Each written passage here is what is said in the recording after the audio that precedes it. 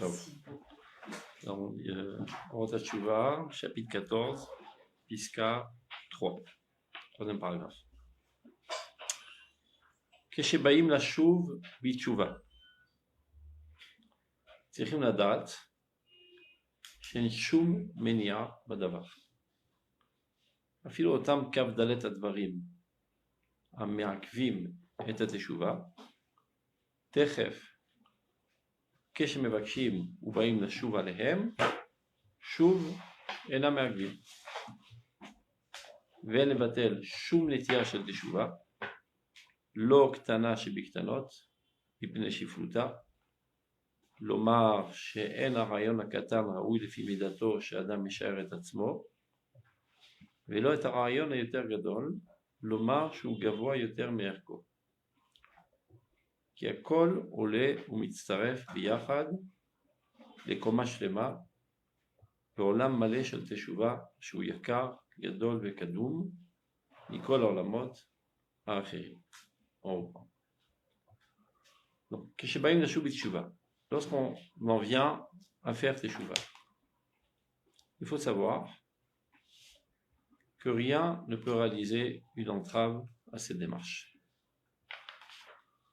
Rien ne se tient comme obstacle devant la teshuva, peu importe la gravité de la faute, peu importe le passé horrible qu'on ait pu avoir.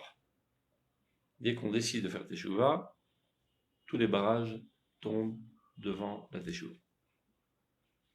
Il y a des fois des gens qui se disent cette faute, c'est une faute irréparable. Ben, j'ai assassiné ma femme. Ça arrive. Alors, c'est pas parce que je vais me taper sur la poitrine que c'est récupérable. Eh bien oui. Si sincèrement tu as un profond remords de ce que tu as fait, tout est effacé. Et là, il va rentrer dans une considération très pointue, ce que le Rambam explique, on va le lire ensemble. Il dit, le Rav Kook, ceci est vrai même envers les 24 choses qui empêchent la teshuva. On verra plus tard de quoi il s'agit. C'est-à-dire que 24 comportements ou traits de caractère, on verra, on va lire ça ensemble, pour lesquels le Rambam dit, il réalise une entrave à la teshuva. Donc le Rav Kook dit, même ces 24 choses qui empêchent la teshuva, techef keshem mevakshim ou baim nashuv teshuva, dès qu'on décide de faire teshuva, shuv enam makvim. Du coup, il ne réalise plus aucune entrave. Donc on va déjà lire de quoi il s'agit. C'est dans le Rambam, Ilchot Teshuva, Perek Dalet. Le Rambam dit la chose suivante. Arba Vesrim Zarim Margim et Teshuva. Il y a 24 choses qui empêchent la Teshuva. Arba Men Avon Gadol, 4 parmi eux sont un grand péché. Donc celui qui pêche un de ces 4 péchés, Akadosh Baruch Hu ein maspik biyado, ne lui donne pas la possibilité de faire teshuva, tellement la faute est grave. Veloen. Et maintenant il commence sa liste. Amahati et Arabim, celui qui fait fauter la collectivité. C'est-à-dire non seulement lui il faute, mais il incite les autres, le collectif, à fauter. Ubichlal avonze amakev et Arabim melasot mitzvah. Pas seulement ceux qui incitent les autres à faire un péché, mais celui qui empêche les autres aussi de faire des mitzvot. Il les décourage, il les démoralise, il leur dit c'est bidon, laisse tomber, tu perds ton temps pour rien. Va mater et travero miderech tova lera, kegon mesid medir, pas seulement envers la collectivité, même envers un seul individu, quelqu'un que tu incites à faire le mal. Oh, aroe beno yotzel et tarbutra veno memche biado. Celui qui voit que son fils commence à dévier et il ne le réprimande pas. Il bono birshuto, il michavo, et pour donc, puisque son fils est sous son influence, s'il avait réprimandé, peut-être qu'il aurait réussi à l'en écarter de la faute. Donc, du fait qu'il ne l'a pas réprimandé, c'est comme si que lui-même l'avait incité à fauter.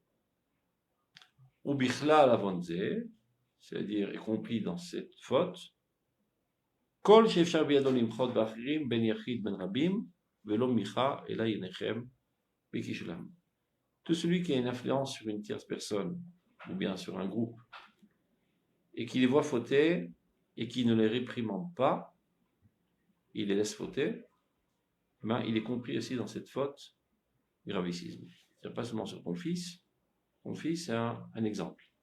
Tous les gens sur lesquels tu as un impact, tu as une influence, tu te dois de tout faire pour les remettre sur le bon chemin. Quatrième faute, Aomer echeta ve'ashuv.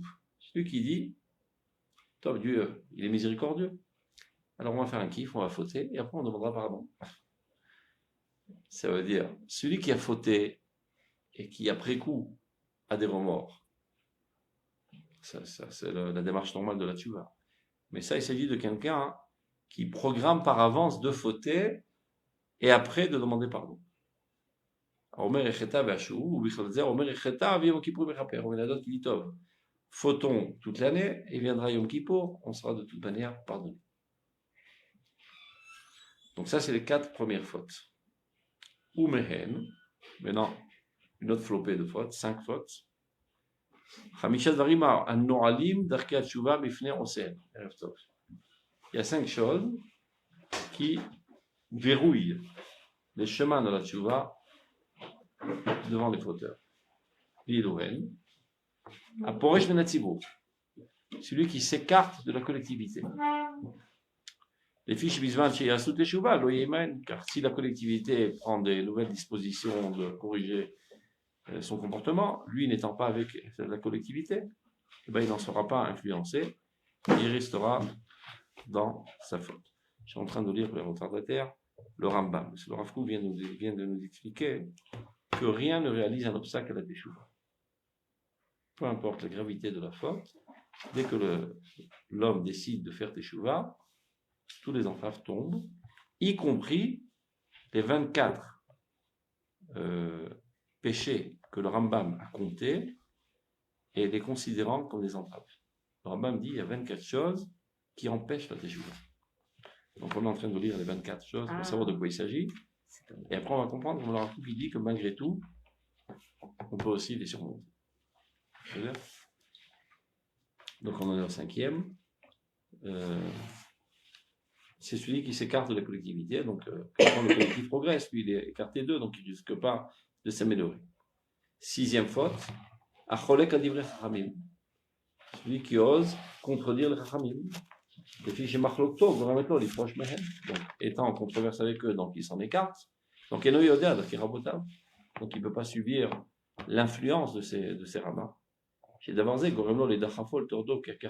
donc ceci l'écarte de la Torah puisqu'il est écarté de la source de la vérité. Loïmsa melamed, personne va le réprimander, personne va le remettre sur le bon chemin. Assoné tatorachot, ça c'est un tempérament. Il y a des gens qui n'aiment pas les critiques, n'aiment pas assez peu dire, ils haïssent les critiques. Dès qu'on commence à les critiquer, ils rentrent en hystérie. Et ces gens-là, c'est des pauvres types. Ils sont irrécupérables. Parce que chaque fois qu'on essaie de le critiquer, il se met un bouclier enduit d'huile et aucune flèche ne pénètre. Donc il ne risque pas de se corriger. Donc il est perdu. C'est comme récupérable. Ces gens-là, il faut leur foutre des claques. C'est ce qu'il dit le Shlomo HaMelech. Nachonule laletzim shotim. Ce tempérament, le Ramchal, il dit, c'est un tempérament de letz. Letz, qu'on traduit par le mot clown, en fait, c'est un démagogue. Ça veut dire, il est en train de faire un discours, et quelqu'un dans le public lui pose une question pertinente sur son comportement, sa politique, etc. N'ayant de réponse, il fait une blague. Et tout le monde éclate de rire. Et celui qui a posé la question se sent tout honteux, et n'ose plus répéter la même question. Et c'est comme ça qu'il a esquivé la question pertinente. Donc il se met un bouclier, enduit d'huile, aucune remontrance, aucune question pertinente ne le pénètre. Donc il est irrécupérable. C'est-à-dire de tout, il fait un cirque. Même les choses les plus graphicismes, Et bon, c'est pas trop grave, on peut voir ça d'une autre manière. Il en fait un cirque. Il y a une seule chose envers laquelle il ne peut pas faire un cirque. C'est les sens. C'est-à-dire quand tu reçois une patate dans la figure, tu ne peux pas dire c'est pas grave, ça fait pas mal, parce que ça fait mal. Quand on fait une remontrance, tu dis ouais, c'est une façon de voir, on peut voir ça autrement, etc. Et par une manipulation des mots, écarter la critique. Mais quand tu te reçois un coup sur la figure, tu ne peux pas dire ça fait mal, parce que ça fait mal. Tes sens, eux, ne peuvent pas mentir. Donc Dieu, pour récupérer ce genre de tempérament, il leur fait tomber des tuiles sur la tête. Et si la première tuile ne l'a pas aidé, il envoie une tuile encore plus dure. Et après, énormément de tout qui se ramassent, ça commence à lui remettre les idées en place que peut-être il s'est trompé dans son comportement. Ça ne veut pas dire que nous, on a le droit de donner des claques aux autres. C'est interdit. Mais à moins que c'est un lien très très très proche, une confiance totale, une amitié très profonde, alors il est permis parfois de dire des mots durs. Oui, parce qu'il est convaincu que ça vient d'une source pure. Ce n'est pas une vengeance ou une haine quelconque. C'est très très rare ce genre de lien. Il peut exister très rarement. Alors on peut se permettre de dire des mots durs qui ont des chances de le remettre sur le bon chemin. Sans quoi, ça ne vaut pas le coup. Au contraire, il va se renforcer sur ses positions et encore plus fauter. Donc pour la quasi-totalité des cas, il vaut mieux se taire. Tov. Donc ça, c'est celui qui n'aime pas les critiques. Un pauvre type. Quelqu'un d'intelligent, il cherche la perfection. Donc chaque fois qu'on lui fait une remarque et qu'on lui explique que ce qu'il est en train de faire, c'est pas tout à fait la perfection, mais il est content. Ce qu'il dit sur un l'air. Réprimant quelqu'un de sage, il t'aimera davantage. N'essaye pas de réprimander un letz, un clown, car il te haïra. Donc c'est une partie perdue d'avance. Top, on continue. Amalaïga mitzvot. Celui qui rit des mitzvot. Shekavan shenit bazou be'enav en orodefachem. Puisque les mitzvot sont devenus dédaignables et méprisables à ses yeux, donc évidemment qu'il ne va pas courir pour les appliquer. Velo san. Veimlo yaase be'miske. Donc ne faisant pas les mitzvot, il ne risque pas de mériter. Va mevazea tochachot. Pareil. Celui qui aussi dédaigne et méprise toutes les réprimandes. Charé loeniach loder tshuva. Donc il est perdu, il n'a aucune chance de se remettre sur le bon chemin. Chatochacha gourmet les tshuva. De manière générale, quelqu'un on réprimande, ça lui fait une prise de conscience. Et bien lui, il rigole des tochachot. Chez Bisman, si on dit la adam khata vous machlimim auto. Lorsqu'on lui fait, on lui dit c'est péché et on risque de le vexer. Choser b'tshuva. כמו שכתוב בתורה, זכור ואל תשכח, אומרים הייתם, etc. ולא תנשום לכם לרשות, עם נבל ברכה, וכיוון שישעיה, ג'וסות, ומהם, maintenant, encore 5 autres fautes, חמישה דברים העושה אותם, אי אפשר לו שישוב ואלוהים. המקלל את הרבים. Maintenant, ça c'est des choses techniques. 5 genres de fautes qui techniquement t'empêchent de faire tes chouva. Par exemple, celui qui maudit la collectivité. Mais là où qu'il est la dame, il y a doua. Que des chichas vivent kapara. Si tu as maudit, tu as insulté quelqu'un, et qu'un jour tu as des remords, eh ben, tu peux aller vers lui, lui demander pardon. Mais quand tu as maudit toute la collectivité, à qui tu vas demander pardon? Ça sert à rien. Tu as porté préjudice à tout un groupe. De dire, tous ces gens-là sont des crapules. Et ça leur a créé des hakim. Ils vont plus acheter chez eux, etc. On va récupérer. C'est-à-dire Vacholek imaganav. Tu partages le magot avec un voleur. Mais tu ne sais pas d'où il a volé ce voleur. Il a volé énormément de banques, énormément de maisons. Le jour où tu veux faire, tu vois, à qui tu veux rendre l'argent? Vacholek imaganav. Chez les fichiers no yoda, gnevazu shenmihi. Et la ganav, gonev les rabim, ou mevilo, ce ganav, il a volé un petit peu partout. Donc quand tu partages avec lui ses bénéfices, va rembourser. À qui tu vas rembourser? Votshu mazik, votshu mechazik yadagana martio. Et en plus, tu renforces le voleur. Et tu dis, bon, on partage le magot et je te paye en plus des intérêts, etc. Donc, ça s'appelle mechazek idé, ouvrir avera. Renforcer les pécheurs. Tov. Va motzi aveda, velo machiz alea, ad shiyarzira le baalea. La chazman, shiyase teshuva, eno yodea le miyurzir. C'est-à-dire, tu as trouvé un objet dans la rue et tu n'as pas publié à qui appartient cet objet. Et donc, tu en as profité, tu l'as pris pour toi. Après 10 ans, tu fais teshuva. Mais tu veux le rendre. Mais va le rechercher, le mec, il va le perdre. Si c'était une semaine après, tu as des chances de le retrouver. Après 10 ans, peut-être qu'il est mort, il a disparu, il a déménagé, etc. Va ochel shor aniim ve'etomim ve'almanot. Ça veut dire, il y a des pauvres, ou bien des orphelins et des veuves, qui de manière générale, à cette époque-là, c'était toujours des gens pauvres et qui vadrouillaient d'un endroit à l'autre pour essayer de se trouver leur parnassa, etc. Donc tu leur as mangé leur taureau, jusqu'à qu'ils ont réussi à avoir un bout de viande, et tu leur as mangé. Et l'ou ben adam umlalim, ce sont des pauvres personnes, des pauvres types. Benaim yodim ou samim, ils sont pas connus. Vegolim et leir, ils vadrouillent d'un endroit à l'autre. Benaim maki, personne ne les connaît. Que des sheda shorze shalmiou verzirnolo. Et le jour où il voudra rendre, va les chercher, ils ont disparu de la surface. Amekabel shohad, celui qui reçoit, on dit shohad en français. Des pots de vin. Pot de vin. C'est le mot, il n'y a pas un mot plus là. C'est pas de l'argot, celui qui reçoit des pots de vin, la todine. C'est-à-dire, il a reçu un pot de vin pour faire tendre le din pour le bien de celui qui a donné le pot de vin. Top. Maintenant, supposons qu'un jour, ce juge veuille faire teshuva. Comment qu'il va évaluer quel était l'impact psychologique de ce pot de vin qui l'a amené à dire, par exemple, qu'il doit 100 shekels au lieu de 103 shekels? C'est inévaluable. Donc il ne peut pas rembourser, il ne peut pas réparer les pots cassés.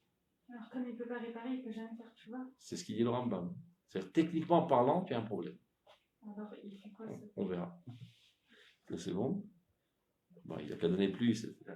Mais techniquement parlant, il a un problème. Amkabel shochad lahatot din, et ne yoda adechan igiat ayazu. Il n'arrive pas à évaluer combien ce shochad a une influence sur son jugement. Et tout shochad a une influence. Personne n'est ininfluençable du shochad. Le Gemara raconte qu'une fois, un rabbin a prêté de l'argent à un juif. Et ils avaient convenu qu'il lui rend l'argent jeudi. Et voilà que mardi, le bonhomme lui rend l'argent. Top, il n'y a rien de mal. Il a le droit de rembourser des dettes 2 jours à l'avance. Mercredi, il débarque chez ce rabbin. Il dit, écoute, j'ai un jugement, un litige avec mon voisin, est-ce que tu peux juger? Non. Pourquoi? Shochad. Comment ça, shochad? Comme tu m'as rendu l'argent un petit peu avant, ça m'a fait un certain plaisir. Je ne suis pas neutre dans mon jugement. Ah ouais. Ok, d'accord. Toi, mais viens quand même avec moi au tribunal. Ça, je peux t'accompagner, aucun problème. Il rentre au tribunal, donc il s'assoit du côté des spectateurs, et il entend le juge juger ce litige. Il écoute tout ce qu'il raconte, et si j'étais à sa place, j'aurais trouvé 100 arguments au moins pour l'acquitter. Parce qu'il a reçu du shochad inconscient. C'est-à-dire, dès que tu as reçu une tovatana, c'est-à-dire un profit quelconque d'une tierce personne, tu as tendance à venir de son côté. Donc tu n'es pas neutre. Et tu ne sais pas combien évaluer en centimes ceci a une influence sur ton jugement. Donc quand tu as reçu du shochad, et maintenant tu veux faire teshuva, comment tu peux évaluer le nezek, comment on disait, le dommage que tu as entraîné à l'autre personne? Tu as dit de lui payer 135 shekels, alors que si tu étais neutre, tu aurais demandé peut-être 133 shekels. C'est bien. Donc, on continue.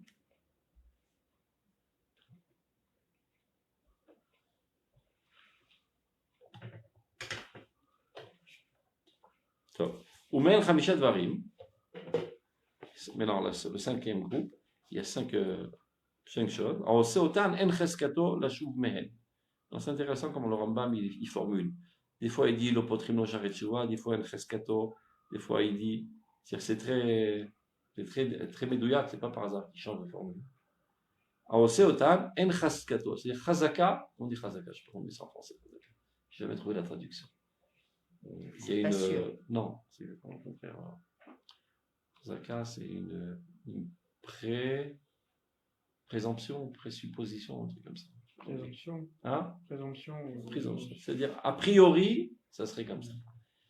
Mais celui qui fait ces 5 fautes, a priori, il risque pas de faire tchouva. Il va expliquer lesquelles. Les fichem dvarim kalim, car ce sont des choses légères, bene rov adam, aux yeux de tout le monde. Et nimsachoté, vous idame, jenzachoté. Donc il faute, mais il n'a pas tellement l'impression de fauter, donc il risque pas d'avoir des remords. Donc il donne des exemples. Ve'eluhen, aochel misouda shena maspeket le ba'alea. Celui qui mange d'un repas d'une personne pour qui le repas ne lui suffit pas. Ça veut dire, tu vois, tu es à la fac avec ton copain, ta copine, il est en train de manger un sachet de chips. Et c'est son repas. Je peux goûter? Ouais, avec plaisir. Il te donne 3, 4, 5 chips, 10 chips, si vraiment tu lui termines la moitié du paquet. Et il reste sur sa faim à cause de toi. C'est interdit de le faire. Maintenant, celui qui a fait ça, il ne considère pas qu'il a fait un crime. À quoi j'ai demandé, il m'a donné ça de tout cœur, etc. Aucun problème. Donc il n'a aucun remords. Donc il ne risque pas de faire tchouva. Après, il faut faire attention parce que des fois, par politesse, les gens ils ne se sentent pas à l'aise de manger tout ça. Tu veux goûter? Non, j'ai pas faim, je suis bassari, je suis ralavi. Vraiment, toutes sortes de prétextes, tu laisses manger. Il a un petit casse-cou de rien du tout, le pauvre. Très souvent, les gosses, ils font ça dans l'école de maternelle. Ils goûtent des trucs, ils restent sur ça. Chez eux, avak gezel. C'est de la poussière de vol. Avak gezel, c'est midrabanan. Celui qui fait avak gezel, ou pas sous la édoute. Il n'a pas le droit de témoigner. Il est considéré comme un voleur. Un autre dogma de avak gezel, c'est de jouer, par exemple, aux cartes avec de l'argent. Bien que celui qui joue, il sait parfaitement qu'il risque de perdre. Oui. On a mis la mise au milieu, celui qui gagne ramasse toute la mise. Donc il sait par avance qu'il risque de perdre. Mais il espère gagner. Et quand il perd, ça lui pince le cœur. Donc tu t'es enrichi sur un pinçage de cœur. Donc quand tu joues au loto, je sais pas, tu as 1000 shekels et tu gagnes 1 million. Tu t'es enrichi d'environ 500 000 pinçages de cœur. De tous les gens qui ont cotisé et qui pensaient gagner, bien que c'est totalement absurde, c'est interdit de jouer, c'est débile, c'est pas grave, ils pensaient gagner, et finalement ils ont été déçus. Mais il ne les connaît pas. Et justement, c'est encore pire, donc il ne peut pas le rembourser. Il y a une chance sur je ne sais pas combien, donc il n'y a personne qui a un pansement au cœur. Ils ont tous un pansement de cœur. Chaque fois que tu perds, tu dis c'est bassa. Mince alors. D'accord? Je raconte une histoire. Je raconte une fois devant vous dire Yosef. Le Rav Galanti, c'était le grand rabbin de Tzfat. Très grand tzaddik à l'époque de Rabbi Yosef Karo. Et il a entendu dire qu'il y a un grand rabbin qui est venu dans la ville. Très grand rabbin. C'était qui est ce grand rabbin? Le Harizal. Donc, on ne le connaissait pas, il venait débarquer le Harizal. C'est le plus grand Mekoubal de toutes les générations, etc. Personne ne le connaissait. Donc il est venu l'écouter. Il écoute son discours, vraiment brillant, etc. Après, il dit, toi, j'ai quelques questions à poser sur ton cours. Alors il a dit 2 minutes. Pose pas tes questions. Il répète tout le cours, toutes les questions ont été solutionnées.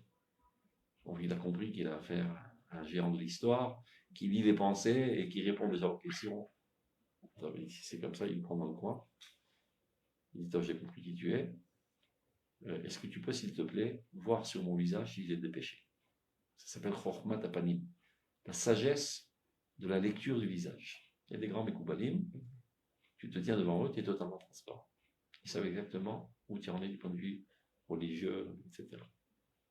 Il dit, comment oserais-je, moi, voir le visage du rabbin de la ville? Il le supplie, il le supplie, il le supplie, il ne veut rien entendre. Il n'ose pas faire une telle chose. Finalement, il voit que ça ne marche pas par les supplications. Il dit, regarde, je suis Maradéatra. Maradéatra, c'est un, comment on dit ça en français, Maître des lieux. le maître des lieux.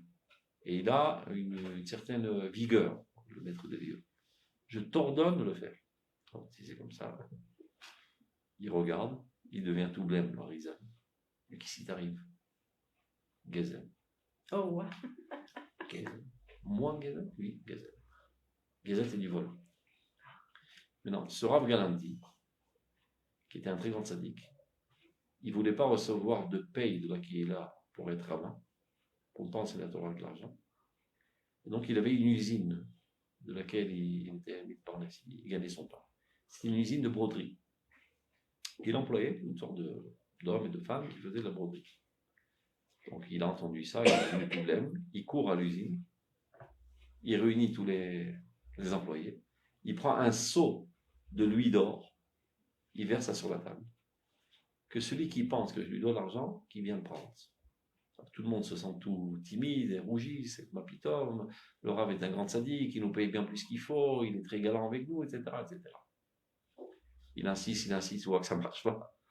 Alors il dit, écoutez, si personne ne vient me dire ce qu'il ressent, je vous licencie tous. Tout d'un coup, de la masse sort une vieille femme, toute courbée, s'approche de la table, prend une pièce, la casse en deux, prend dans sa poche et retourne. C'est quoi cette histoire? Donc il a mis dans son bureau. De quoi s'agit-il? Il dit, écoutez, monsieur le rabbin, vous payez à tout le monde, disons, je ne sais pas, 40 shekels de l'heure. Et moi aussi, je reçois 40 shekels de l'heure. Mais moi, je sais parfaitement que je travaille mieux que tous. Autant en quantité qu'en qualité. Donc j'avais un petit pincement dans le cœur d'être payé comme tout le monde. Gezel. Gezel midrabanan.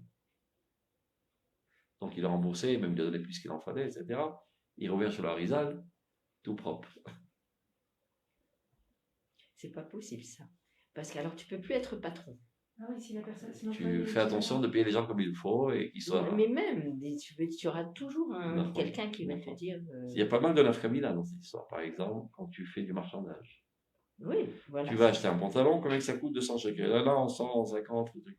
Tu peux marchander jusqu'à un certain niveau où le bonhomme te donne ça de tout cœur. Mais si tu l'as forcé la main parce qu'il n'a pas le choix, il a besoin maintenant de bisoumanim, ou bien parce que c'est un mystique qui pense que s'il n'a pas fait la première affaire le second matin, ça va être un chat noir toute la journée. C'est Gezel midrabanan. Donc, maintenant, il y a certaines mentalités, par exemple dans le monde arabe, où c'est comme ça qu'on vend des choses. C'est-à-dire, on demande 300 shekels alors que ça coûte 10 shekels. Et après, il y a un marchandage, finalement, ils te vendent ça à 8 shekels. C'est comme ça, c'est la mentalité dans le monde arabe. Donc, c'est pas pour autant que tu dois être un pigeon. Il faut savoir lire leur civilisation et agir de la même manière. Donc, après que tu as fait tout ton marchandage, tu lui demandes Belev Shalem, quelqu'un dit là, Belev Shalem. Si lui dit ça. Tu lui demandes Belev Shalem, tu dis je suis créé en Dieu, et tu lui dis ça en arabe parce que lui aussi il est créé en Dieu. Il te bénit, l'air Belev Shalem. Et s'il fait la grimace, il est énervé, il est amer dans le truc, c'est du vol. Midrabanan, là, t'as pas sous les doutes. Donc évidemment, joue au loto. Quand tu joues au loto, tu t'enrichis de 500 000 pincements de cœur. T'as pas sous les doutes. Car on dirait c'est sec. Top, on continue. Donc tous ces gens-là n'ont pas l'impression qu'ils ont fait une faute, mais j'aurais fait de mal. On avait conclu que celui qui perd, on ramasse la mise, c'est naturel. Avec Gezel. Vous, mesdames, chez l'Ochata, donc il a l'impression qu'il n'a pas fauté. Le Machlou Machaldi, c'est-à-dire quand il a pris la Séouda de quelqu'un qui, ça lui suffisait pas, il dit, j'ai rien pris, je lui ai demandé sa permission, il m'a donné, etc. Oh, Amishtamesh Barvoto Shel Ani, celui qui se sert, comment dire un vote, quand tu donnes un prêt, du gage. Tu te sers du gage du pauvre. Eno, ela kegon kardo mafrecha. C'est un marteau, bien ce qu'on laboure la terre. Même il est beau, un intrasarim. J'ai rien fait de mal. De toute façon, j'ai pas Je n'ai pas amoindri. C'est pas comme si j'avais pris, je sais pas, 1 litre de vin et ça a disparu. Je me suis servi du marteau. Ben, le marteau, il est encore marteau. Et j'ai pas diminué la valeur du marteau quand je m'en suis servi. Oh, mais tu n'as pas le droit de t'en servir. Tu as le droit seulement de le garder en gage. C'est gazel. Très souvent, les gens se trompent. Ils se servent du crayon de leur copain sans demander de permission. C'est gazel. Si tu donnes de tout cœur, aucun problème. T'en servir sans demander de permission, c'est gazel. Top. Gimel. Amistakel ba'arayot. Celui qui regarde les choses interdites à voir. Et l'unité. Malé al dato shen bekartoum. Il dit, moi, j'ai rien fait de mal. Vechiba alti. Je n'ai pas eu de relation sexuelle avec elle, au karafti eléa, j'ai rien fait de mal, je ne l'ai fait que voir. Veu eno yodea sheriyat enaim avon gadol. Il ne sait pas que le fait même de voir était un très grand péché. Qui goremet les goufans, non seulement c'est un péché intrinsèque en tant que tel, et en plus ça amène finalement à avoir des relations interdites parce que tu es excité sexuellement. Goremet les goufan shalariot, shenemar velo taturu, achre levafrem, achre enechem. C'est ce qu'on dit 3 fois par jour dans le Kriyat. Vous ne saurez pas dévier selon vos regards et selon vos cœurs. 4e, Amit Kabed Bekalon Chavero. Celui qui s'honorifie de la honte de son ami. Par exemple, il dit lui c'est un nul dans son domaine, moi je suis un expert. Ah, je suis sorti mieux. C'est-à-dire faire une campagne électorale sans péché dans ce truc, c'est presque impossible. Voilà, c'est à quoi j'ai pensé. Évidemment. Et là-bas, il y a pas mal de péchés dans l'électorat, c'est pas le seul. Amit Kabed Bekalon Chavero. Mais non, c'est pas seulement au niveau des politiciens, ça peut être des petits-enfants en classe. Il a dit une ânerie, tout le monde éclate de rire. Après, vient l'élève brillant et lui donne la bonne réponse. Ah, qu'est-ce qu'il en est honorifié que tous sont des nuls et que lui qui sait. Il est honorifié de la honte de ses amis. Et donc, très souvent, malheureusement, les profs eux-mêmes incitent à faire ça. Tachaout, comme on dit, la concurrence. Voilà qu'avant, super, pas comme lui, ça. Lui, il n'a pas appris, il ne sait pas. Toi, tu as bien appris, tu sais. Voilà, tu le fais roger en public.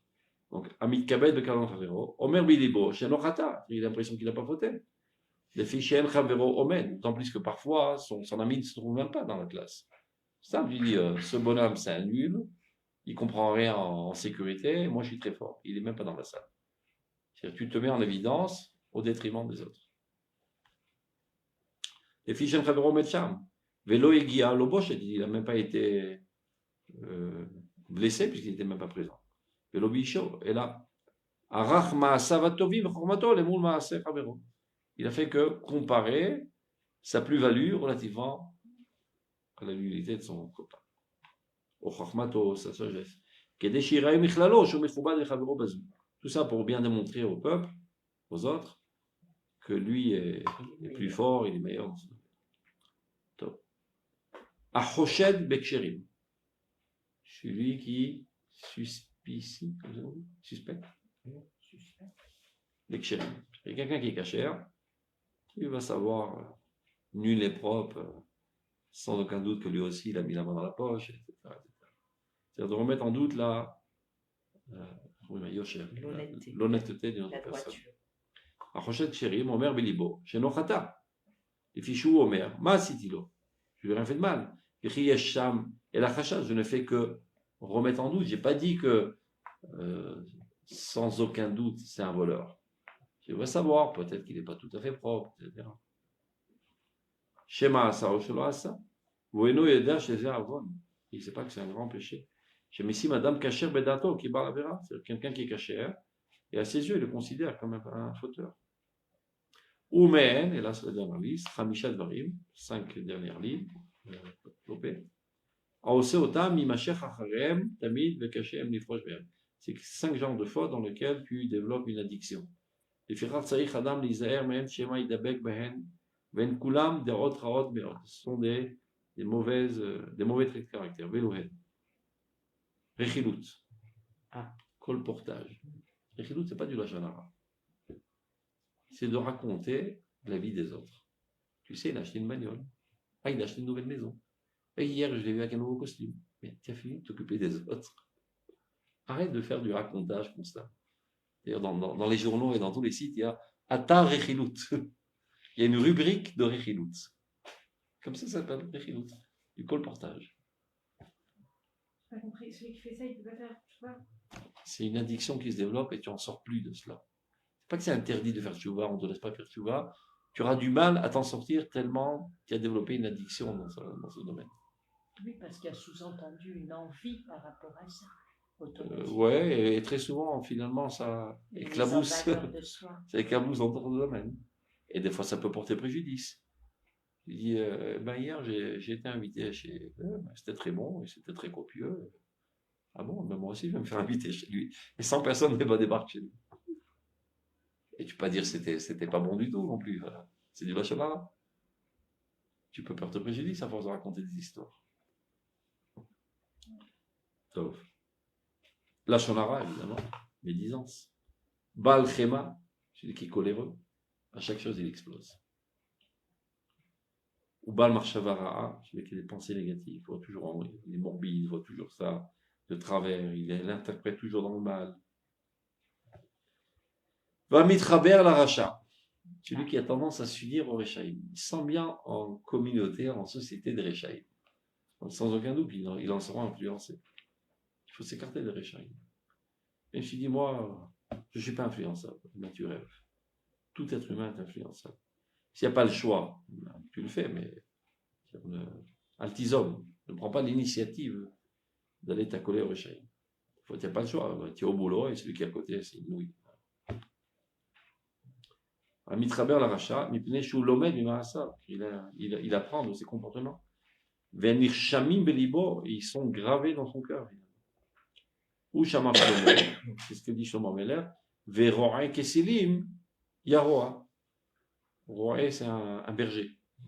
Comment on dit? Il berge? Non. Comment on dit là? Celui qui berge le troupeau. Il fait paître ses voilà. brebis. Donc, celui qui fait paître les idiots deviendra lui-même un idiot. Évidemment. À force de baigner dans une ambiance d'idiots, eh ben, ce seront les. Qui sont niveaux. Tu vas t'engouffrer dans l'idiotie, dans la méchanceté, etc. Donc tu dois te choisir une société pure et élevée. On a déjà expliqué dans Ilchot Deot, Rambam, Dvarim shetzarich kol adam linok bahem tabid, kal vachomer lebal tshuva. Kol elu advarim, tout ce qu'on vient de mentionner, donc il y avait 24, les kayotse bahem, et ça ce n'était que des exemples, tout ce qui ressemble à ça. Afalpi shemeagvin et ateshuva, dit le Rambam, bien qu'ils empêchent la teshuva, en mon'imota. Quelle différence entre la kev et monéa? La kev, c'est une entrave. Monéa, ça empêchait totalement. Le Rambam le dit lui-même. Ce n'est pas hermétiquement fermé. Ce sont de manière technique ou psychologique, etc., des choses qui réalisent une entrave sérieuse à la teshuva. Mais si tu as réussi malgré tout à te renforcer et surmonter cette entrave, tu réussiras à faire ça. Afalpi shimak vin teshuva en monimota. Et là, imasa adam teshuva mehen arizé ban teshuva. Si malgré tout cela tu as réussi à faire teshuva, ben tu es un ban teshuva. Viesh lo chelek là-bas, il n'aura pas au monde futur. Donc ça c'est le Rambam. Sur ce dit, regardez, on reprend. Piska Gimel. Chez Baïm la Shuvitchuva, lorsqu'on en vient à faire teshuva,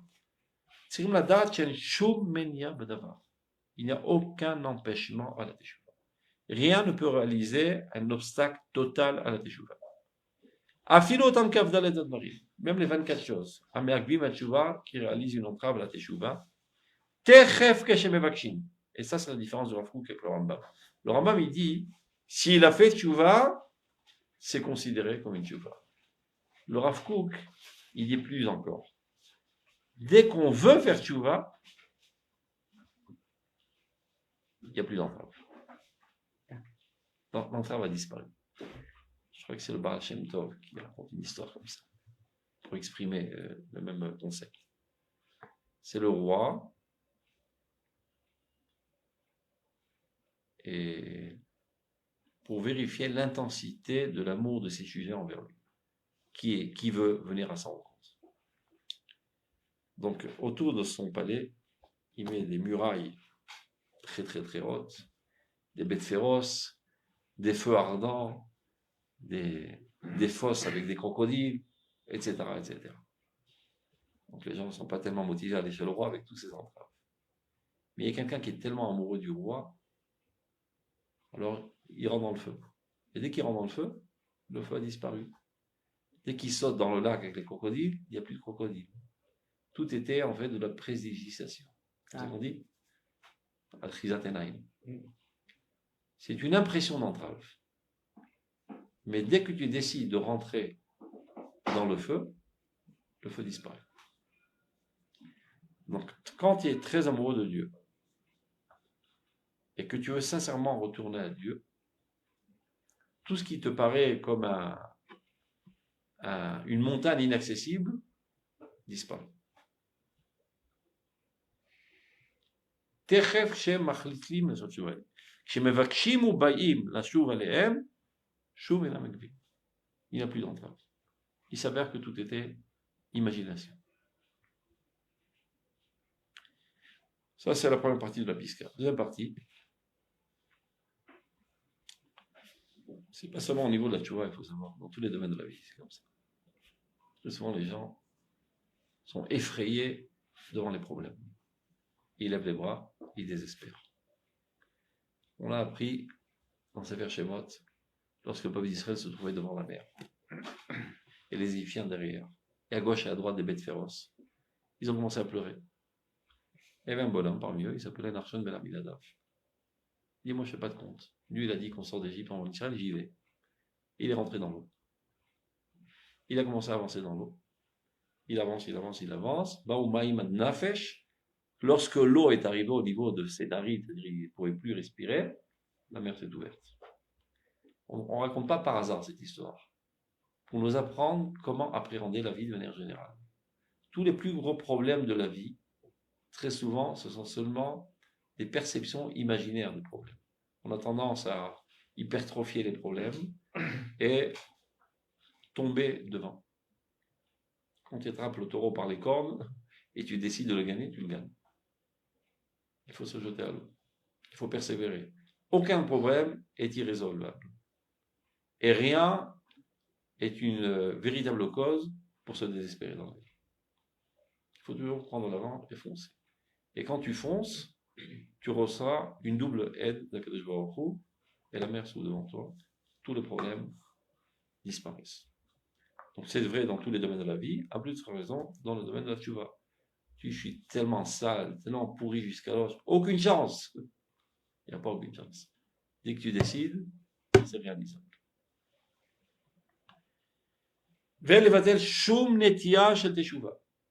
Il faudrait annuler aucune tendance de teshuva. L'oktana shebaktanot, ni la plus petite. Tu peux dire, oh ça c'est trop petit pour moi, ce sont des petits détails insignifiants, laissons tomber. Ou bien cette motivation, elle est trop basse pour moi. C'est-à-dire, faire tchouva par la peur du châtiment, mais il y a bien longtemps que j'ai dépassé ce niveau. J'appartiens, moi, au clan des idéalistes. Donc, être suscité à faire tchouva seulement par la peur du châtiment, c'est frustrant. Alors, je ne fais pas de tchouva. Erreur. Peu importe ce qui t'amène à faire tchouva, fais tchouva. Prends la tchouva tant que tu peux. Que ce soit de cette manière ou d'une autre manière, de cette couleur ou d'une autre couleur, tout ce que tu peux prendre dans la tchouva. Donc, l'oktana shebaktanot, ni par sa petitesse, ni pneshifluta, l'omar shena rayon akatal raoui le fimidato. C'est-à-dire que cette pensée, cette motivation n'est pas à la hauteur de ma hauteur. Les fimidato shadam meshaer et atzmo, il s'évalue. Il pense appartenir aux hautes sphères spirituelles, aux hautes sphères idéalistes. Il a écouté un cours un petit peu nul qui motive seulement par la peur du châtiment. Bon, c'est pas pour moi. Si c'est comme ça, je ne fais pas de tchouva. Non, peu importe. Cette pensée t'a amené à avoir un remords, prends-la. C'est vrai que c'est pas ton livret alors, que ça peut faire. Sois pas orgueilleux, que ça peut faire. Toi aussi, tu as en toi cet aspect un petit peu enfant, un petit peu idiot parfois dans ta vie. C'est-à-dire, tu as rencontré ça, c'est pas par hasard, prends. Vélo est un gadol. Ou l'autre extrême. Tiens, tu as écouté une conférence grandiose qui parle avec des motivations très très hautes, très idéalistes, très saintes, etc. Ça, c'est pour les grands Mekoubalim, c'est pas pour moi. Laissons tomber. Non. C'est pas par hasard que Dieu t'a fait rencontrer avec ces situations. Si tu as été présent dans une telle situation et tu as entendu un tel message si haut, Dieu t'interpelle par ce canal. Bien que c'est bien en-delà de ton niveau, peu importe. Tu as rencontré ça, ça a éveillé en toi des sentiments de remords, vas-y, fais tu vas de cette manière. L'autre rayonne a été gadol, on marche ou gavois et merco, de dire non, ça c'est bien plus haut que mon niveau. Qui a kol olé ou mitzaref. Finalement, tout s'additionne, peu importe d'où la tchouva t'a attaqué, chacun à son tour s'additionne dans l'améliorement de ta personnalité. Mais à mon avis, c'est pas quelque chose de d'une seule valeur. Mais c'est rempli de toutes sortes de couleurs, toutes sortes d'événements, toutes sortes de niveaux. Finalement, tout s'accumule et réalise un niveau. C'est-à-dire ton niveau auquel tu te trouves aujourd'hui, c'est l'addition de tous les événements que tu as vécus et les réactions que tu as eues envers ces événements. Voilà, Malé Teshuva et un monde entier de Teshuva, Shuyakar, qui est très très riche, Gadol, très grand, mais Kadoum, c'est ça l'essentiel. Kadoum, c'est-à-dire qu'il est préhistorique. La Teshuva a précédé le monde. Donc toutes les faiblesses de ce monde n'ont aucune emprise sur la Teshuva. On voit bien que de manière générale, dans tous les autres domaines de la vie, ben, ce qui est passé, c'est irrécupérable. On a une influence sur le présent et le futur. Car ce monde-là est sous l'emprise de la dimension du temps. Mais la Teshuva, qui elle a précédé le monde, donc elle n'a pas du tout sous l'emprise de la dimension du temps. Et donc peu importe que ça appartient au passé, j'ai encore une emprise sur mon passé et j'ai la possibilité de le changer. Donc la Teshuva, c'est quelque chose de si grandiose que peu importe de quel côté ça t'arrive, prends-la. Mikol Olamot Achi. On continue. Dalet.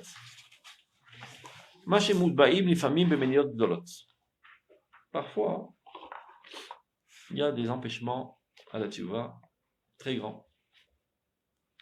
Ben binyanim chez ben adam la makom, ben binyanim chez ben adam la chavero. Que ce soit des sujets de l'homme envers l'homme ou de l'homme envers Dieu. Alors, bien que tu aies parfois des très grosses entraves à ta teshuva, lo yakev klal et ta teshuva aruchani. Ce n'est pas une raison pour t'empêcher de faire une teshuva spirituelle. Qu'est-ce que ça veut dire? Dans un premier temps, tu fais une teshuva spirituelle. Dans un deuxième temps, une teshuva technique. C'est-à-dire, d'abord, avant tout, il y a un remords de la faute que tu as fait et tu as des nouvelles résolutions de ne plus faire cette faute. C'est au niveau de la pensée, c'est spirituel. Et après, tu appliques au niveau de l'action. Là, il peut t'arriver, dit le Rav Kook, que tu as des empêchements qui ne te permettent pas de réaliser ta tchouva technique. Alors tu te dis, si de toute manière je n'ai aucune chance de réaliser ma tchouva technique au niveau de l'action, à quoi bon y penser et avoir des remords et de vivre en contradiction interne? J'y pense pas. Je renvoie ça dans mon subconscient et je ne veux pas y penser. Tu fais une gaffe.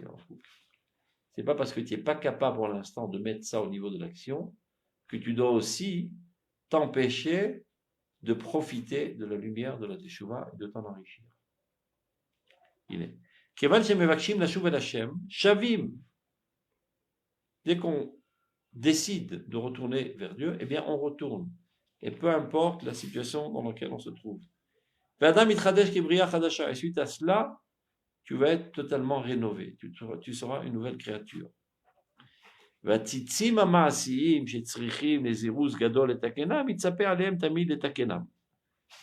Cette métaphore tzitzim, c'est pris du domaine de la mila.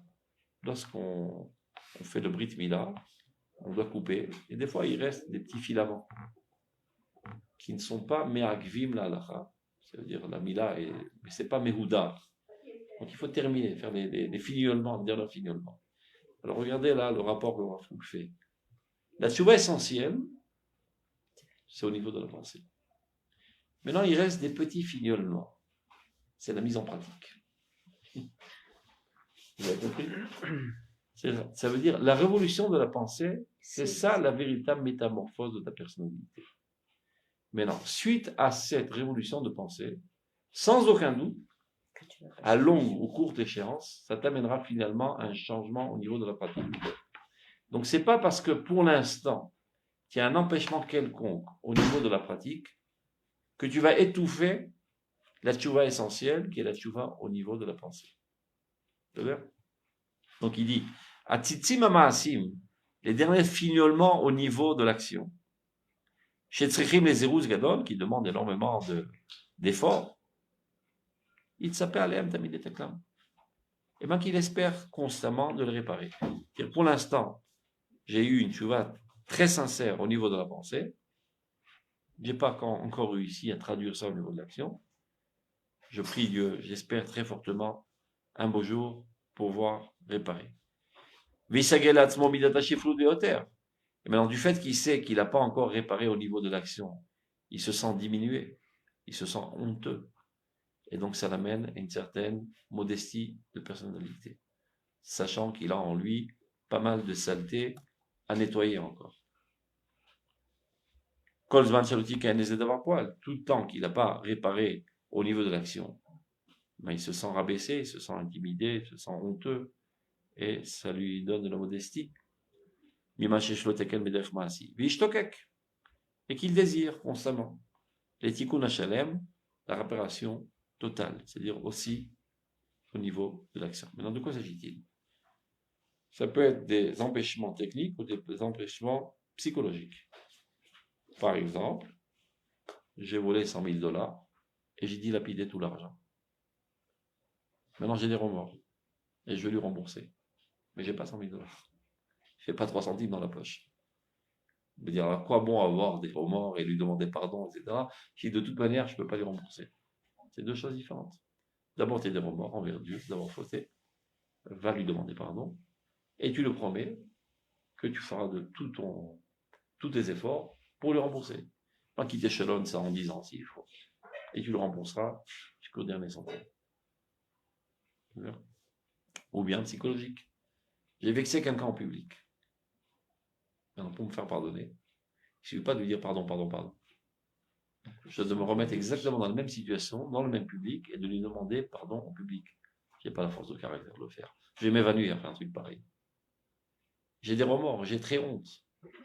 Et si seulement je n'avais pas fait ça, comme je serais heureux, etc. Mais je n'ai pas la force de le faire. Alors encore, je veux dire, de toute façon, je ne compte pas de le faire. Alors pour avoir des remords, non. Des remords, tu es capable d'en avoir? Oui. Lui demander pardon en privé, tu es capable? Oui. Ben fais-le. Ce que tu peux faire, fais-le. Et prie Dieu et espère qu'il te mettra dans une situation qui te donnera de la force de caractère et un beau jour le faire.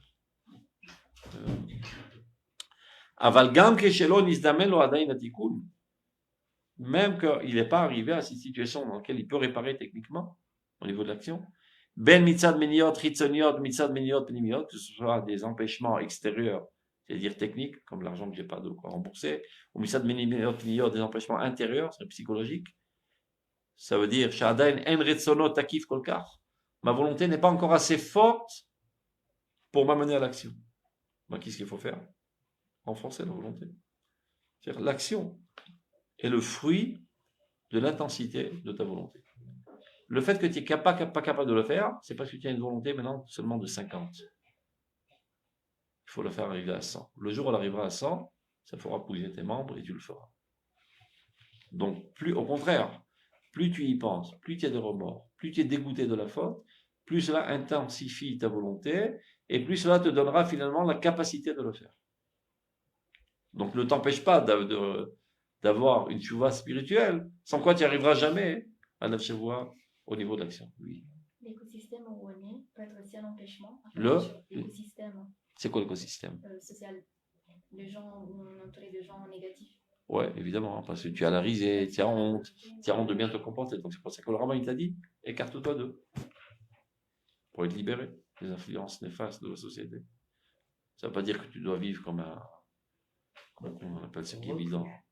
Un ermite. Un ermite. Cherche-toi une société adéquate, c'est parce qu'il manque, il y a pas mal de gens bien dans ce monde. Rambam il dit, si tout le monde est pourri dans ta ville, ben change de ville. Si tout le monde est pourri dans ton pays, change de pays. Et si tout le globe terrestre est pourri, va habiter dans une grotte. Ben les grottes aujourd'hui, ce sont les chivotes. Des fois, provisoirement, tu habites dans une grotte, le temps de te renforcer. Après que tu es fort en sainteté, tu méprises la mocheté. Tu n'es plus influençable. Tu es en dédain et en dégoût la mocheté. Donc tu peux sortir à la vie active. שעדיין אין רצונות תקיף כל כך, והסכמה לדרכי התיקונים המעשיים עדיין לא בהשלמתו. C'est-à-dire, sa résolution de traduire ça au niveau de l'action n'est pas encore assez mûre. Et c'est la raison pour laquelle il n'arrive pas à le faire. Mikol makom yochaz v'tshuva ruchanit bekol oz v'ometz. Malgré ça, surtout qu'il ne fasse pas de gaffe et de se déconnecter de la tchouva spirituelle. Au contraire, qu'il est en prise très très forte, avec beaucoup de courage, envers la tchouva spirituelle. V'yetakiv bedato. Qu'il a une pensée très forte et très vigoureuse. Chez Sof Kol Sof, achuz ou b'tshuva. Et il doit se consoler et se